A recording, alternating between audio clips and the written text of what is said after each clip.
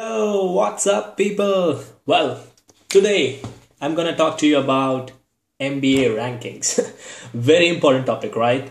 Everywhere in the world you go, people are just searching for rankings. Okay, so first thing first, why not many MBA programs from Germany are there in the rankings? There are few, only three or four of them, and that too they just entered those rankings. So what's the reason?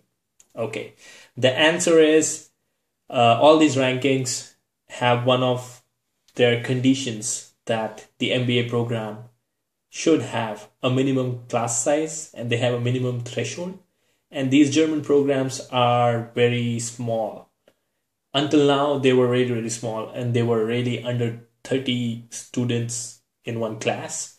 So they were not even eligible to participate in rankings for long. So that's one of the reasons.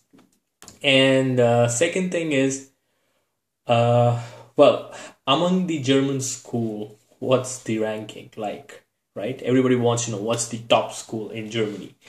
Well, let me say it straightforward and clear that there are a few top schools, but I won't say that there is one out of them which is the best.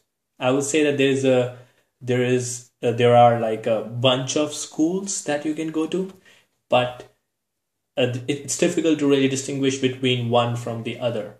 So there are a set of these three, four schools which are really good, and but I wouldn't say that one of them is, the best. All of them are pretty much on the same level.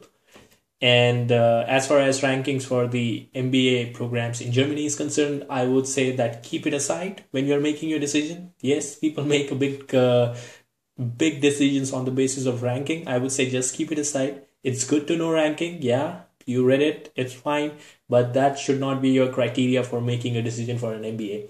That I can tell you from my personal experience. So just take my advice. Don't just focus on the ranking. It's good to look at them, but really, really, it doesn't matter, especially for the German MBA programs. So, yeah, that's it for today. I'll come back with my next video. Take care.